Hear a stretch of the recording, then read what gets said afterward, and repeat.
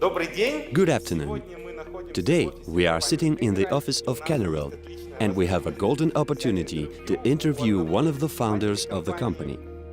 I would like you all to meet Levin Amveg.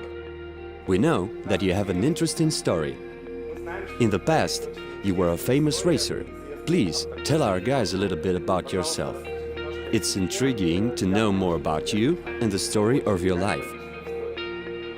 Yeah, my personal story, before I started with all that kind of things, I was a racing driver. I was driving for Audi Sports. Maybe some people know that. And you find it on YouTube and some videos when I was driving back then. I had an accident, a hard one in 2015, where I broke my back 2 times and I was in hospital and everything. It was a hard time, but it made me what I am today. And right now I'm lucky that it happened because it changed my vision. It brought me to the cannabis industry and to create something great, what we have right now.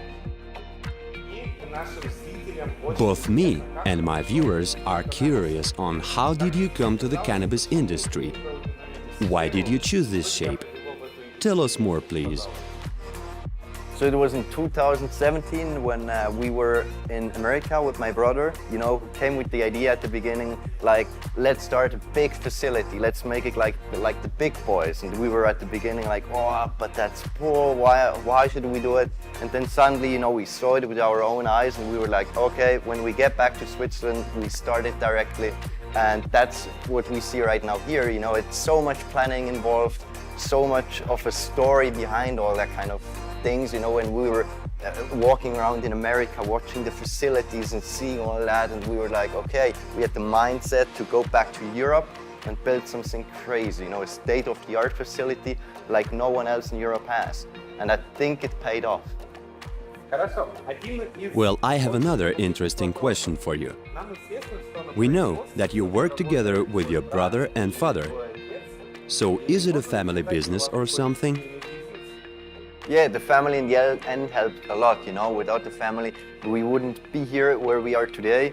My brother came with the idea. My dad helps us a lot, you know, with the development of our company, with the vision, where we want to go, because he has a lot of knowledge in C-level positions, so in high positions, and that helps the company a lot. And also for the future, I think it's important that you have people or a good team, you know, a big team with a lot of people with different mindsets. And through all this knowledge, it helps the company.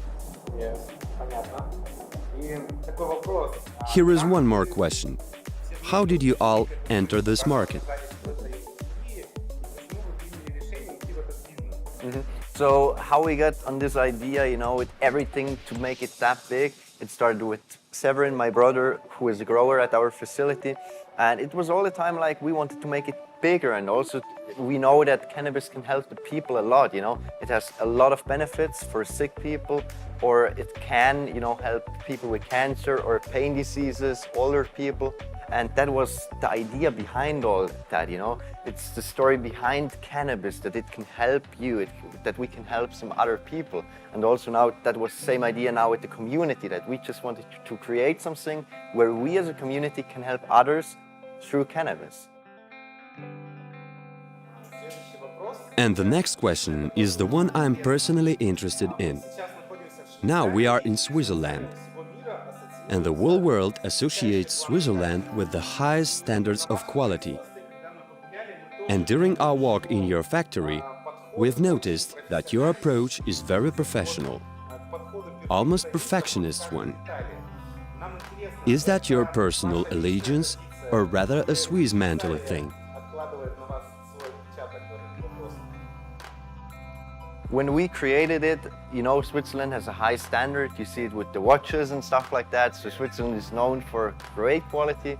And we did a market analysis, you know, and analyzed the market. How are other Swiss companies doing it? And we said, okay, if we do it how we do it right now, we are at the top. We do it on another level, you know. We set a new standard. And that was important to us, that we can show Europe-wide that we can build a state-of-the-art facility to be prepared for the future. Because, you know, the market is all the time developing. It's not standing still like, okay, it's always going to be the same. It's all the time new technologies come in, new grows, new strains, and. And for us, it was important to build something that is even up to date in 5-10 years. And that's what we achieved with that facility here. And here is the astonishing moment. There are more than 7,000 plants growing in your factory.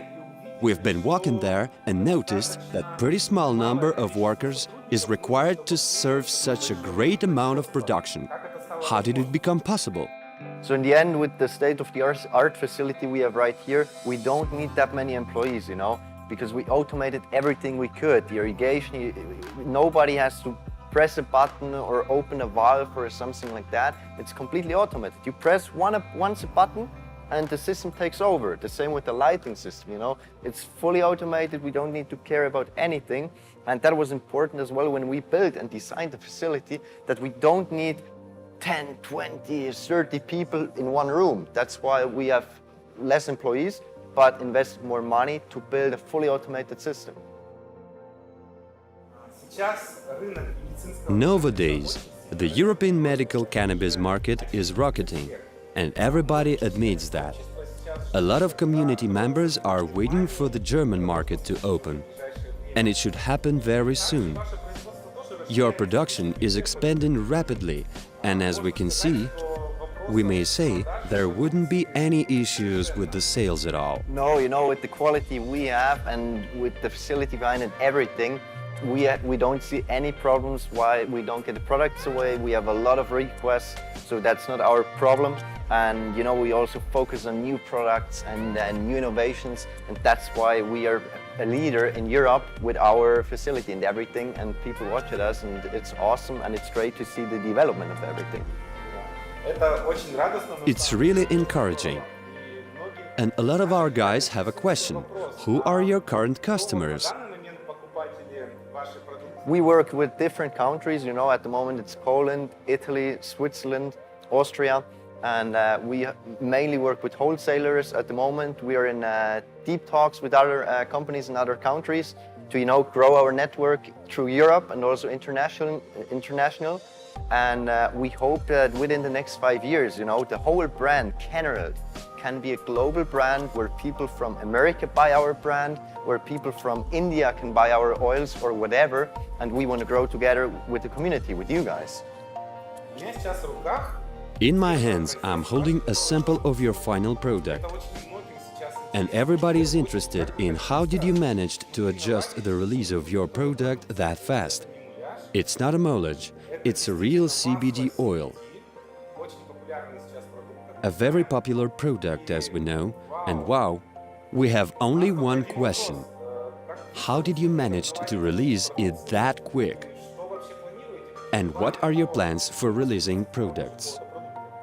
Yeah, you know, our product department, they are working since weeks to develop products and to make it quick, because we, of course, could wait, you know, and wait, but we have people behind it, you know, we want to push, we are a good team. That's why we push our products. We want to launch several products within 2019. So it's not just going to be the oil, so it's going to come more, but I can't tell too much right now. We are also not going to tell you exactly when we're going to launch it. You know, we want a little secret still for you, but it's coming this year, 100%, and we hope that you're going to like it and that all the other people are going to like it, and that's what CANNERGROW stands for, you know. Let's talk about CANNERGROW investment program. The token sale has successfully begun on June 20th. A lot of people have already become CANNERGROW's partners or investors. So here's another question. How did you finally come up to this, and why did you give up the ICO despite planning it several months ago? You know, we didn't want to do the ICO. We invested instead our own money to build everything you see here. So it's not bank money or a loan or anything else. We said, okay, we do it. We invest our own money, because then you know you also get the motivation. You stand behind it. You want that the company grows. And then we came up with the idea, okay, how would it be if other people in other countries could own a cannabis plant, you know? If you could sit at home and that's your plant right here, and you could own it, and you also could profit from this billion market. And that's how the idea came up to. And it's great to see that as a community, you know, that we can grow together. And that's also our slogan, you know, that we want to grow for the community and with the community as a company. Exactly. I have another important question from the investors. As we know, your token sale was fully agreed with the state inspection entity. How did you manage to do this? There was a huge wave of poor quality ICO projects, and there was a great attention to any token sales, especially in Switzerland. But as we know, you managed to reconcile it on a legal basis. You complied with the rules of token sales. How did you manage to do this? Yeah, in the end, you know, we do all according to the Swiss law. It wouldn't be helpful if we would do anything, you know, completely illegal, and in the end, you know what I mean. So it was important for us that we are on a green field. That's why you also had some lawyers involved, you know, and we do everything according to the Swiss law, the Swiss government laws, and these kind of things, as well with the cannabis, you know, because sometimes the question came up, is that legal in Switzerland? You can grow, and we were like, yeah, look, here is the law, and we are open to every questions, you know, that we answer them, as we did with people which came to us, you know, at the table with the lawyers, and they asked their questions, and we could reply to them, and in the end of the meeting, they were like, ah, okay, we got it now, and that's important, you know, if people have questions, come to us, ask us, we are here for that. We are aware that your company has a really big plans. You're going to expand and build facilities in England and Macedonia. These are really high plans. Please tell us more about this, about your plans and what to expect. Yeah, the England facility, you know, or the location you've seen maybe on the internet, you know, the big location, which was a nuclear bunker area in the Cold War, you know, with nuclear missiles. And one of my friends owns the whole site, you know, the whole location, over 320,000 square meters. And we have the chance to cultivate cannabis there. So it's a great story for, you know, the marketing aspect. We can drive around with tanks, you know, we have tanks there.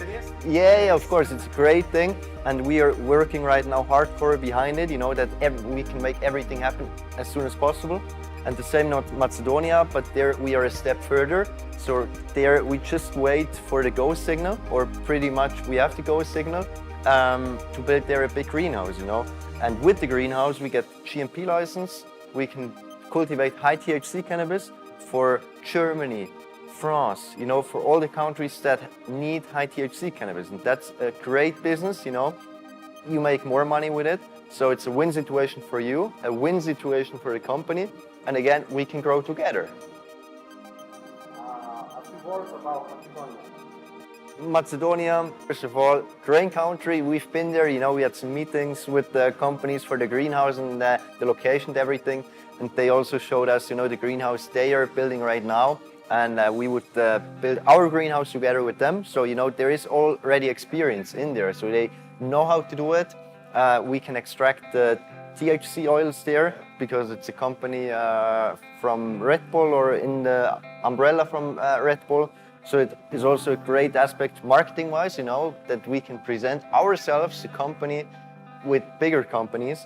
And we hope that in Macedonia, you know, that we can create something like here, a state-of-the-art greenhouse where people look at us and that we are, again, that people make pictures from us, you know, and post them on Instagram and Facebook and post like, great company, state-of-the-art factory. And that's what we want to create with the branding, you know, that we want to create things no one else did before us. We want to be the leader in some sort of way. And we hope that we can do that together with you. And also, please tell us a few words about the partnership program. It has united more than 1,000 of people, and a lot of partners earn quite a good amount of money with the company. And guys are really happy that they can get the interest income from every harvest. This is truly amazing, and in fact, this is the first project based on the real production on the online investment market. It's really fantastic, and a lot of guys are grateful to you. Allow me to express gratitude on behalf of all partners, and maybe you would like to say a few words to the folks. Thank you very much, you know. We achieved something great here, you know. It has never been done before. Nobody else did something like we are doing right now here. And that's why without you, the community, we wouldn't be able to build up our brand. We would not be able to grow together. And that's also or is going to stay our slogan, for the future. It doesn't matter how big we grow as a company, we are going to grow as a community, and we grow for you. Thanks again, and we won't disappoint you in the future, and see you soon.